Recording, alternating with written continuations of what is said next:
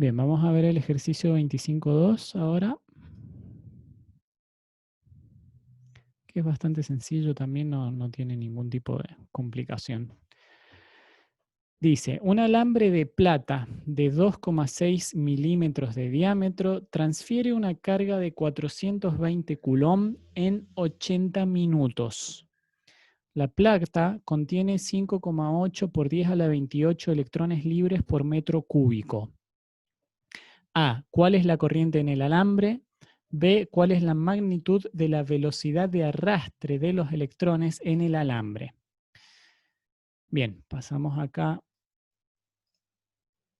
ejercicio 25.2, y vemos la resolución. Acá tenemos que usar la misma definición de corriente que usamos antes, ¿sí? Como la corriente igual a la carga dividido el tiempo. Fíjense que acá nos están dando los dos datos, ¿sí? Que se transfiere una carga de 420 coulomb en 80 minutos. O sea que el punto A, que nos piden cuál es la corriente en el alambre, es sencillo. El punto A solamente tenemos que calcular la corriente como carga dividido tiempo. Es decir, cuánta carga ha sido transferida en el tiempo considerado. La cuenta es 420 coulomb dividido 80 por 60 segundos, ¿sí? Pasamos los minutos a segundos y nos da este resultado que tenemos acá. Una corriente de 8,75 por 10 a la menos 2 amperes. Ese es el valor de la corriente eléctrica. Y en el punto B se nos pide calcular la velocidad de arrastre de los electrones. Ese concepto de velocidad de arrastre o velocidad de deriva, como se llama también, tiene que ver también con la definición de corriente y es como una velocidad promedio que se toma de todos los electrones que se están moviendo en el material conductor, ¿sí? Que son los portadores de carga eléctrica, es decir, es la carga eléctrica en movimiento. Hay una ecuación también que define a la corriente eléctrica, que es esta que tenemos acá, que nos dice que la corriente eléctrica, recuerden siempre como corriente a los electrones moviéndose en un conductor.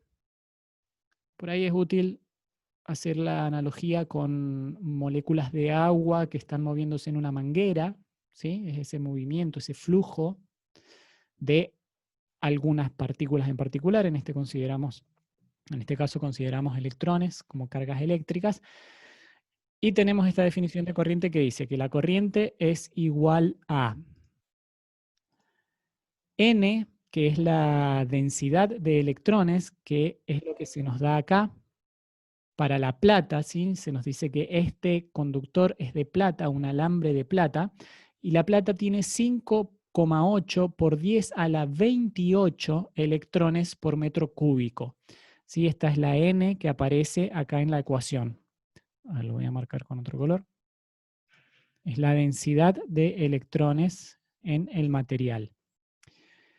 Entonces, la densidad de electrones por Q es la carga eléctrica. Fíjense que está con valor absoluto porque estamos considerando la magnitud de la corriente.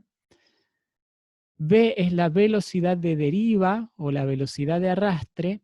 Y A es el área de una sección transversal del conductor. Es decir, que si este fuese el conductor, una cosa así. Ahí está, estamos viendo un corte transversal del conductor y A es el área de esta parte, ¿sí? De ese corte transversal. Ahí está. Entonces, la corriente eléctrica se obtiene con esta ecuación, multiplicando densidad de carga por carga eléctrica por velocidad de arrastre de deriva por el área del conductor en cuestión.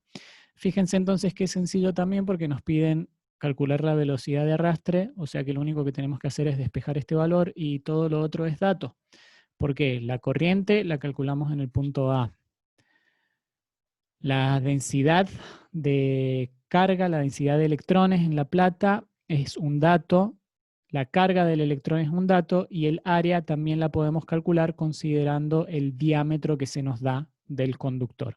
¿Sí? Entonces hay que despejar, como tenemos ahí, reemplazar los valores y se obtiene finalmente que la velocidad de arrastre es de 1,78 por 10 a la menos 6 metros por segundo. Fíjense que es muy lento, si lo queremos ver así, ¿sí? 1,78 por 10 a la menos 6 metros por segundo. Bien, y eso sería el ejercicio.